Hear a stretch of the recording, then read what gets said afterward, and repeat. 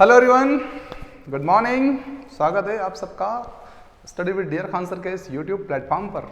तो जय हिंद, वंदे मातरम, सलाम, नमस्ते, सत श्री अकाल, आदाब, गुड मॉर्निंग। आइए बच्चों, बात करते हैं आज लोकोक्तियाँ के भाग 8 के बारे में। लोकोक्तियाँ या कहावतें चल रही है हमारी बेटा। ओके, लोकोक्तियाँ और कहावतें। तो आज बात होगी अगले सेशन की भाग 8 के बारे में। जस दूल्हा तस बनी बारात। जस दूल्हा तस बनी बारात मतलब जैसा दूल्हा वैसे उसके साथी बाराती लोग, है ना। जैसा मुखिया रहेगा वैसे उनके साथी लोग रहेंगे, है ना।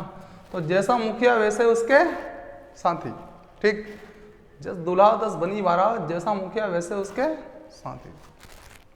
जब नाचना है तो घूंघट कैसा, काम तुम्हें करना ही है तो फिर लाज कैसी। काम करना है मतलब करना है, उसमें लाज शर्म नहीं करना, ठीक है। तो जब नाचना है तो घूंघट कैसा, तो काम में लाज कैसी, ठीक बेटा।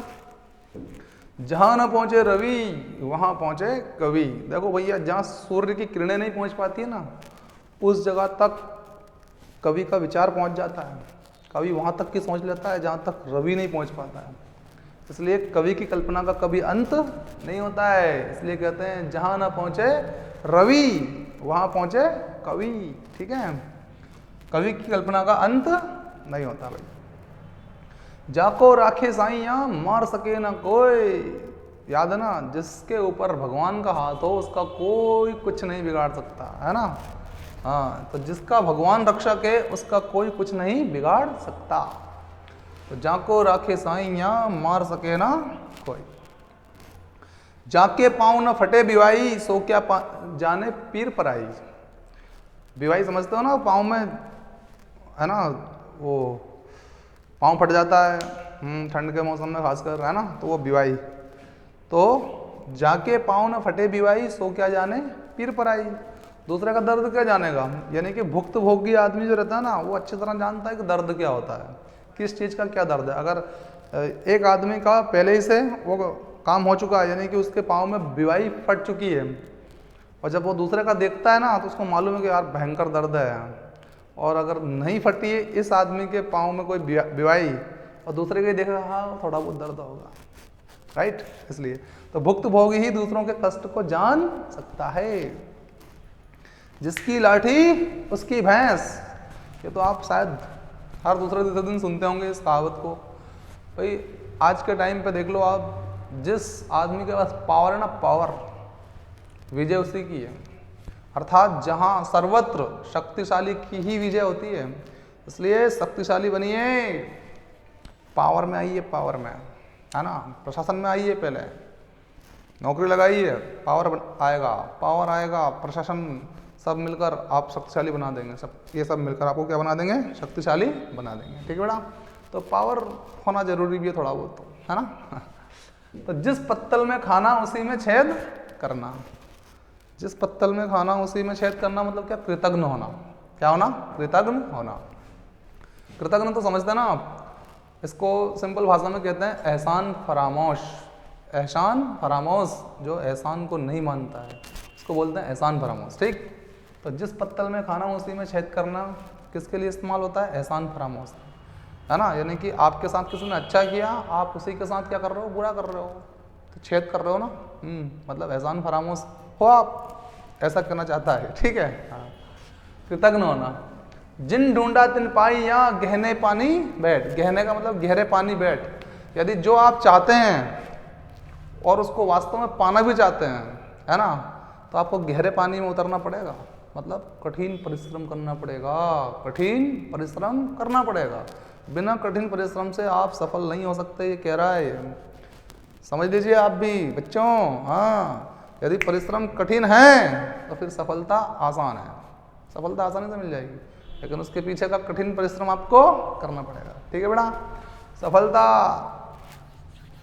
जब प्राप्त होती है ना, बहुत अंधेरों से लड़ना पड़ता है बेटा, बहुत अंधेरों से, रातें काली करनी पड़ती है, जागना पड़ता है, गहरे पानी में डूबना पड़ता है, मतलब कठिन परिश्रम करना पड़ता है, जब जाकर सफलता अर्जित होती है, ठीक है।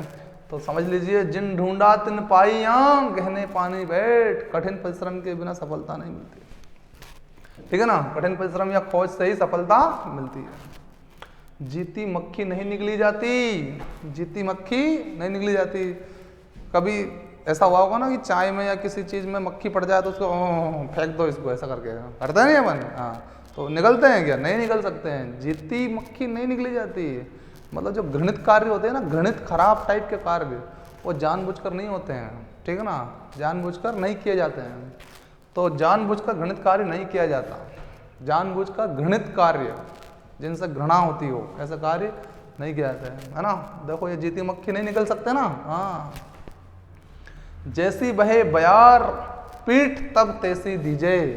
बयार मतलब हवा, जिधर की बह रही होती है ना उधर पीठ कर लो, है ना। मतलब समय के हिसाब से काम करना चाहिए, समय को ध्यान में रखकर काम करना चाहिए, ठीक बेटा। हाँ, तो जैसी बहे बयार पीठ तब तैसी दीजे, समय के अनुसार काम करना चाहिए। जैसे को तैसा, जो जैसा करे उससे वैसा ही बदला लेना। किसी ने एक सटिका उड़ाया सटाक, दूसरा उसके गाल में फटाक उड़ा दो हाँ, तो क्या होगा? इसको बोलते हैं जैसे को तैसा, फटिका उड़ता रहना चाहिए। हाँ, तो जो जैसा करे उससे वैसा ही व्यवहार करना या बदला लेना, ठीक है बेटा। तो इसको बोलते हैं क्या? जैसे को तैसा, ठीक है। जैसा देश वैसा भेष। मोदी जी को देखा होगा ना आपने, मोदी जी जहाँ जाते हैं वहाँ से टोपी पहन लेते हैं, वो क्या बोलते हैं उसको, पगड़ी, पगड़ी क्या पहन लेते हैं? पगड़ी पहन लेते हैं, और वहाँ के हो जाते हैं, और क्या है ना। तो जैसा देश वैसा वेश, स्थान या परिस्थिति के अनुसार काम करना, स्थान या परिस्थिति के अनुसार काम करना। जैसा देश वैसा वेश, स्थान या परिस्थिति के अनुसार काम करना, ठीक है भाई। और जैसी करनी वैसी भरनी, काम के अनुसार फल पाना। भाई जैसा करोगे, अच्छा पढ़ोगे, अच्छा रिजल्ट आएगा। टाइम पास करोगे, टाइम पास वाला रिजल्ट आएगा कि वो टाइम पास कर। हाँ, तो जैसी करनी वैसी भरनी, जैसी करनी वैसी भरनी, काम के अनुसार फल पाना, काम के अनुसार फल मिलेगा भाई। लपक के काम करा, लपक का रिजल्ट आएगा। नाम मात्र का काम करा है, टाइम पास करा है, फॉर्मेलिटी पूरी करिए, फॉर्मेलिटी वाले रिजल्ट आएंगे, ठीक है ना। इसलिए जैसी करनी वैसी भरनी, काम के अनुसार फल पाना। काम बेहतरीन कीजिए, रिजल्ट भी बेहतरीन आएगा। तो मिलते हैं बच्चों नेक्स्ट एपिसोड में, भाग 9 में। आज के लिए इतना ही। Thank you very much. बने रहिए हमारे साथ, लाइक करते रहिए, शेयर करते रहिए, सब्सक्राइब करते रहिए, और अपना ध्यान रखिए, खास बात तो ये है, ठीक है। Take care, thank you.